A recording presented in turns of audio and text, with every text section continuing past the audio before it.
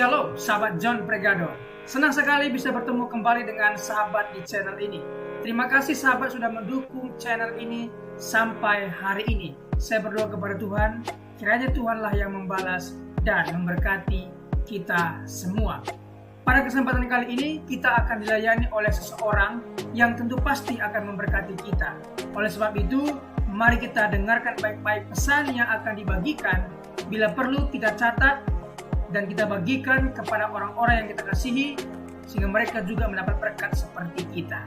Baiklah, langsung saja kita dengarkan pesan penting yang akan memberkati kita semua oleh seorang yang dipakai Tuhan luar biasa. Namun sebelumnya, mari kita berdoa.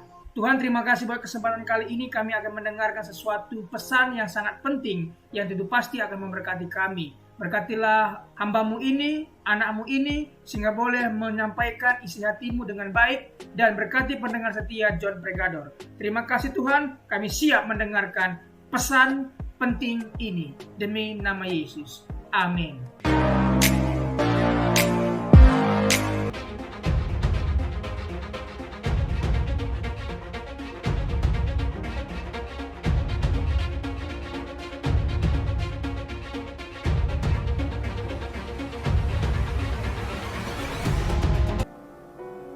Ini pegang, pasti bertahan menghadapi badai krisis. Tapi saya percaya Tuhan pasti menolong kita.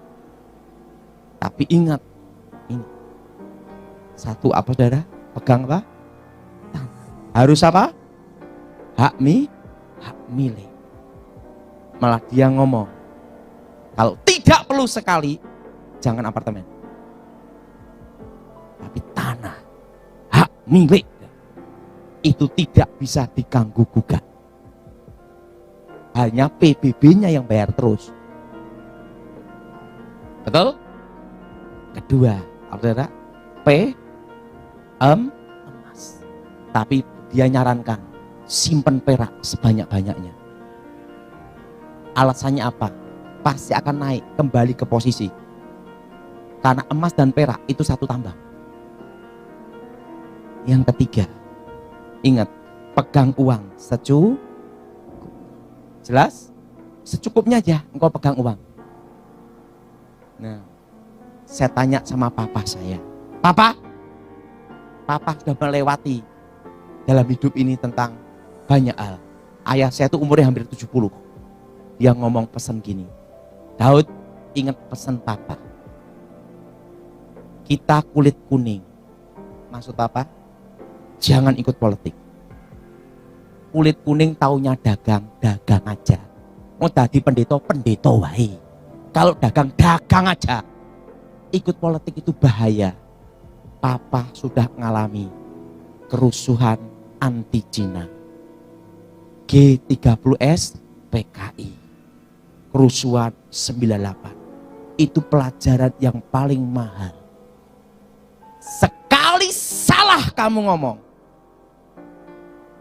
ingat, yang jadi korban banyak orang. Jadi enaknya gimana Bapak? Jangan SMS, sosmedan yang berhubungan dengan politik. Nanti salah SMS, geger. Betul? Betul? Lebih baik SMS apa? Firman. Amin? Amin? Dan tidak usah ikut politik. Kecuali engkau dipanggil Tuhan di politik. So gitu Papa? Iya. Pokoknya ingat, kita taunya dagang aja. Kalau pendeta aja. Pelayanan aja. Oh gitu Pak, udah manut aku katanya. Saya udah ngelewatin masa-masa itu. Itu yang paling baik untuk kulit kuning, dia bilang gitu. Siapa yang setuju angkat tangan? Yang tua-tua pasti ngalami. Yo bener. Karena apa? Ngalami. Betul Pak? Betul Pak? Jadi apa? Kalau engkau dipanggil politik sama Tuhan, lakukan aja. Tapi dipanggil dagang aja. Tapi jangan ikut-ikut sosmed. Komentar-komentar politik. Takutnya lebih baik apa? Ngajar orang bertobat, nyampaikan firman, dan doa. Itu yang terbaik. Shalom sahabat. senang berjumpa kembali dengan sahabat di channel ini. Hari ini kita akan membahas satu topik, yakni apakah boleh orang Kristen ikut berpolitik. Berhubung tema ini sangat penting, kita perlu bahas agar kita punya wawasan lebih luas lagi. Maka dari itu, mari siapkan hati untuk sama-sama belajar. Menjawab pertanyaan penting bagi orang Kristen yang ingin terlibat dalam politik. Alasan orang Kristen dapat berpolitik. 1. Tanggung jawab sosial. Sebagai warga negara, orang Kristen memiliki tanggung jawab sosial untuk memperjuangkan keadilan dan kesejahteraan umum. Kedua, berkarya di dunia. Orang Kristen dipanggil untuk berkarya di dunia dan ini termasuk dalam dunia politik. 3. Doa dan pemimpin bijaksana. Orang Kristen dapat berdoa bagi pemimpin dan terlibat dalam politik memilih pemimpin yang bijaksana. Inilah alasan mengapa orang Kristen dapat berpolitik. Tanggung jawab sosial, berkarya di dunia, dan doa pemimpin bijaksana. Pendapat yang tidak setuju. Dualisme dunia. Beberapa orang Kristen dapat berpendapat bahwa politik berasal dari dunia ini yang jauh dari cara hidup Kristen. 2. Religiusitas keras. Toleransi sering diabaikan oleh orang Kristen radikal yang cenderung fanatik atau mengutuk moralitas politik yang terkait dengan keyakinan yang berbeda. Ini pendapat yang tidak setuju orang Kristen ikut berpolitik. Definisi politik dalam pendapat Kristen.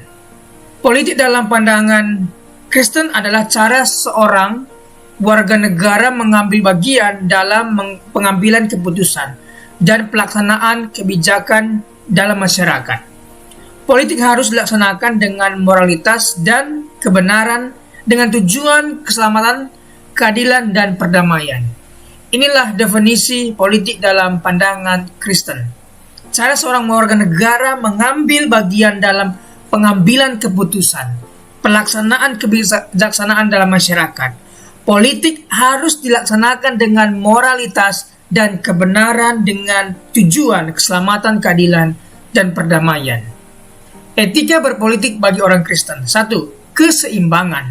Orang Kristen harus menjaga keseimbangan antara evangelisasi dan terlibat dalam berpolitik. 2. Toleransi. Menjaga toleransi dan hukum positif dalam bersikap dan berbicara pada lawan politik. 3. Transparansi. Memperjuangkan transparansi dan keadilan dalam segala aspek. Inilah etika berpolitik bagi orang Kristen. Keseimbangan, toleransi, dan transparansi. Peran gereja dalam dunia politik. Pertama, doa. Gereja harus mensupport dan mendorong orang Kristen untuk berdoa bagi para pemimpin politik. Tentunya apabila ada orang Kristen yang berpolitik dan masuk ke DPR, DPRD, dan sebagainya, kita mesti dukung, doakan agar mereka menjadi garam dan terang di dunia politik. Kedua, pengajaran. Memberikan pengajaran untuk membantu orang Kristen untuk memahami bagaimana terlibat dalam isu-isu politik yang penting. Tentunya kita harus menjadi terang dan garam dan memberikan pengajaran teladan yang baik, bukan ikut dalam hal yang tidak baik, yang negatif, tetapi harus menjadi garam dan terang di dunia politik. Berikutnya, pelayanan. Menjalankan program sosial untuk membantu orang-orang yang terkena dampak kebijakan pemerintah. Itu makanya tadi di awal tadi Tegas mengatakan bahwa ada keseimbangan, ada toleransi, dan transparansi. Kita memberikan pelayanan kepada masyarakat yang lemah, kita harus bantu, yang kekurangan kita harus bantu, sehingga mereka merasakan kehadiran pemerintah di dalam kondisi mereka ini. Kontribusi orang Kristen dalam politik. Pertama, integritas. Orang Kristen harus memiliki kejujuran dan integritas dalam setiap langkah politik. Tidak boleh ikut-ikutan dengan hal yang tidak baik. Ada yang korupsi, ikut nimbrung dan sebagainya. Kita harus beda, lawan yang namanya korupsi dan sebagainya. Kedua, persatuan. Orang Kristen dapat mempraktekkan tindakan persatuan melalui politik, menjadi contoh kerjasama seluruh masyarakat. Kita harus menjadi pemersatu, satu dengan yang lain, bukan membedakan. Apalagi sebentar lagi Indonesia akan mengadakan pesta demokrasi di Februari 2024 nanti. Kita harus hadir untuk mempersatukan, bukan untuk pecah belah. Berikutnya, pemeliharaan pariwara. Orang Kristen harus memastikan bahwa etika dan moralitas yang diyakini dan diajarkan dalam Alkitab juga relevan dalam politik. Memelihara. Ya, yang pertama, integritas, kedua persatuan, ketiga pemeliharaan pariwara. Kesimpulan dan penegasan penting. Orang Kristen dapat dan seharusnya terlibat dalam politik, namun harus dilakukan dengan ujung pangkal yang benar, memperhatikan etika dan dengan memperlakukan orang-orang di sekitar kita dengan hormat. Di sini tentunya orang Kristen yang bukan pendeta, bukan panatua atau yang ambil bagian di gereja. Tentunya orang Kristen yang seperti jemaat, bukan panatua ataupun bukan pendeta yang memang tugasnya melayani jemaat. Itulah tadi jawaban apakah boleh orang Kristen ikut berpolitik. Bagi sahabat-sahabat kami yang ikut berpolitik di pesta demokrasi tahun ini, kami mendoakan supaya kalian menjadi garam dan terang di dunia politik dan menjadi pemersatu, bukan pemecah. Terima kasih sudah mendengarkan. Apabila ada masukan, kritikan, dan saran, boleh tinggalkan di bawah video ini. Terima kasih, Tuhan Yesus memberkati. Terima kasih sudah menyaksikan tayangan kami hari ini. Kami yakin kita diberkati melalui video ini. Banyak pelajaran yang bisa kita ambil. Catat, renungkan dan aplikasikanlah dalam kehidupan kita. Sahabat, dalam hidup ini, kita selalu diperhadapkan dengan pilihan-pilihan, mau memilih buruk atau baik pasti ada konsekuensinya yang akan kita pertanggungjawabkan di kemudian hari. Oleh sebab itu, firman Tuhan tegas mengatakan dalam Matius 12 ayat 36 setiap kata sia-sia yang diucapkan orang harus dipertanggungjawabkannya pada hari penghakiman. Ibrani 4 ayat 13. Dan tidak ada suatu makhluk pun yang tersembunyi di hadapannya, sebab segala sesuatu telanjang dan terbuka di depan mata Dia, yang kepadanya kita harus memberikan pertanggungan jawab. Oleh sebab itu kita harus senantiasa menjaga hidup kita sebaik-baiknya. Jangan sampai Tuhan mendapati hidup kita tidak ada bobotnya. Dengan terus menempel pada Tuhan, tekun mengikuti setiap firman rema yang Tuhan sampaikan, hidup kita akan senantiasa diisi oleh kebenaran. Terima kasih sahabat sudah mengikuti dan menyaksikan tayangan kami hari ini. Saya yakin dan percaya kita pasti diberkati melalui tayangan hari ini.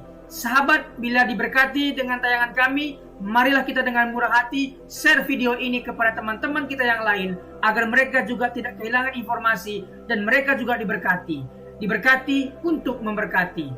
Sahabat John Pregador, banyak sekali pelajaran yang kita bisa ambil dari sesi hari ini. Catatlah baik-baik poin-poin yang telah disampaikan, simpan dalam hati, dan diaplikasikan dalam kehidupan sehari-hari. Saya yakin dan percaya itu bisa menjadi pelajaran dan rema buat kita, sekaligus membuat kita bijaksana dan bertanggung jawab dalam menjalani kehidupan ini. Sahabat John Pregador, apapun yang terjadi dalam kehidupan ini, tetaplah percaya kepada Tuhan, bersandar kepada Tuhan, pegang firman Tuhan.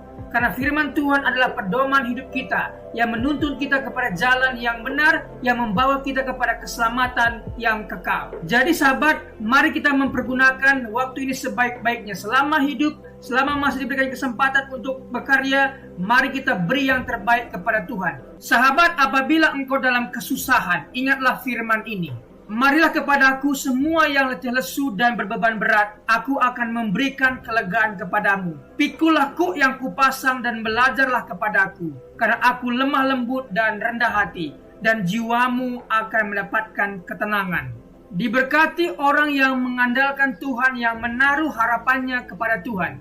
Ia akan seperti pohon yang ditanam di tepi air, yang merambat akar-akarnya ke tepi batang air, dan yang tidak mengalami datangnya panas terik, yang daunnya tetap hijau, yang tidak khawatir dalam tahun kering, dan yang tidak berhenti menghasilkan buah. Janganlah takut, sebab aku menyertai engkau. Janganlah bimbang, sebab aku ini Allahmu. Aku akan meneguhkan, bahkan akan menolong engkau. Aku akan memegang engkau dengan tangan kananku, yang membawa kemenangan. Sebab aku ini mengetahui rancangan-rancangan apa yang ada padaku mengenai kamu. Demikianlah firman Tuhan, yaitu rancangan damai sejahtera dan bukan rancangan kecelakaan, untuk memberikan kepadamu hari depan yang penuh harapan. Tuhan memberkati engkau dan melindungi engkau. Tuhan menyinari engkau dengan wajahnya dan memberikan engkau kasih karunia. Tuhan menghadapkan wajahnya kepadamu dan memberikan engkau damai sejahtera. Tetaplah berpegang pada janji Tuhan. Diberkati sahabat John Pregador dimanapun berada. Pekerjaan apapun yang sedang dikerjakan, Tuhan buat berhasil. Darah Yesus bukan dalam berkat, keberuntungan, keberhasilan, masa depan yang penuh harapan diberikan Tuhan kepada setiap pendengar setia John Pregador.